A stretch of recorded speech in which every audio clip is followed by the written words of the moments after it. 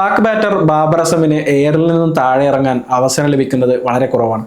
എല്ലാ സമയത്തും എന്തെങ്കിലുമെല്ലാം വിവാദം ബാബർ അസമിനെ ചുറ്റിപ്പറ്റിയുണ്ടാകും. ചിലപ്പോൾ ആരാധകരുടെ ട്രോളുകൾ, അല്ലെങ്കിൽ മുൻ താരങ്ങളുടെ വിമർശനം.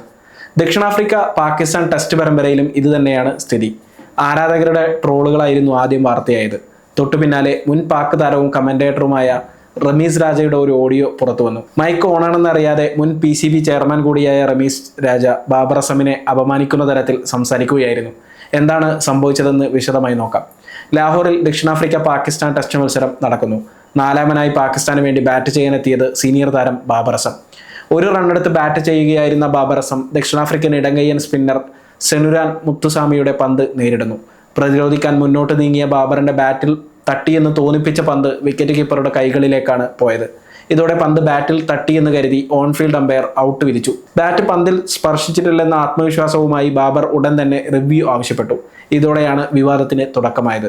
മൂന്നാം അമ്പയർ ഫൂട്ടേജ് പരിശോധിക്കുന്നതിനിടെ തന്റെ മൈക്ക് ഓഫാണെന്ന് കരുതി റമീസ് രാജ ഹിന്ദിയിൽ പറഞ്ഞ വാക്കുകൾ ബാബറിനെ പരിഹസിക്കുന്ന തരത്തിലുള്ളതായിരുന്നു. ഇതൊരു ഔട്ടാണെങ്കിൽ അവൻ ഒരു നാടകമുണ്ടാക്കും എന്നായിരുന്നു ഈ വാക്കുകളുടെ അർത്ഥം.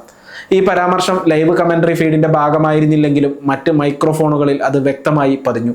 കളി കാണുന്ന വ്യക്തികൾക്ക് ഈ ശബ്ദം കേൾക്കാനും സാധിച്ചു.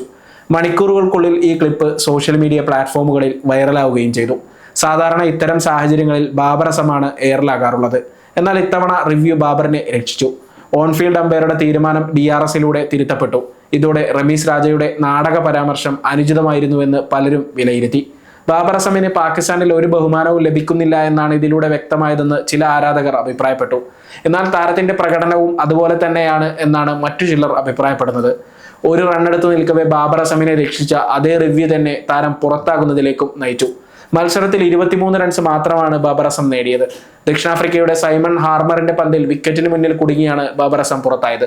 അമ്പയർ ആദ്യം വിക്കറ്റ് അനുവദിച്ചിരുന്നില്ല.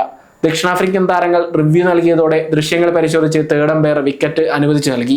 ഇതോടെ ബാബർ അസമിനെതിരെ ട്രോളുകളുടെ പെരുമഴ തന്നെയായിരുന്നു. 2025ലും ബാബർ അസം ക്രിക്കറ്റ് കളിക്കുന്നത് നാണം കെടുന്നതിന് വേണ്ടിയാണോ എന്ന് ഒരു ആരാധകൻ ചോദിച്ചപ്പോൾ ബാബർ അസമിനെ തട്ടിപ്പുകാരനെന്നാണ് മറ്റൊരു ആരാധകൻ വിശേഷിപ്പിച്ചത്. ഇതിനിടയിലാണ് പാക് ക്രിക്കറ്റിൽ നിന്നുള്ള ഒരു പ്രമുഖ വ്യക്തി കൂടിയായ റമീസ് രാജയുടെ വാക്കുകളും പുറത്തു വന്നിരിക്കുന്നത്. 2021 മുതൽ 2022 വരെ PCB ചെയർമാനായിരുന്ന റമീസ് രാജ 1984, 1997 കാലഘട്ടത്തിൽ പാകിസ്ഥാന് വേണ്ടി 57 ടെസ്റ്റ് മത്സരങ്ങളും 198 ഏകദിന മത്സരങ്ങളും കളിച്ച താരമാണ്. 1992 ലോകകപ്പ് നേടിയ പാകിസ്ഥാൻ ടീമിൽ റമീസ് രാജ അംഗമായിരുന്നു. ഇപ്പോൾ റമീസ് സ്പീക്സ് എന്ന യൂട്യൂബ് ചാനലിലൂടെ ക്രിക്കറ്റിനെ കുറിച്ച് സംസാരിക്കുന്ന കമന്റേറ്റർ കൂടിയാണ് അദ്ദേഹം. ബാബർ അസമിനെ കുറിച്ച് ഇപ്പോൾ റമീസ് രാജ നടത്തിയിരിക്കുന്ന പരാമർശം പാക് ക്രിക്കറ്റിൽ വലിയ ചർച്ചയായി മാറിയിരിക്കുകയാണ്.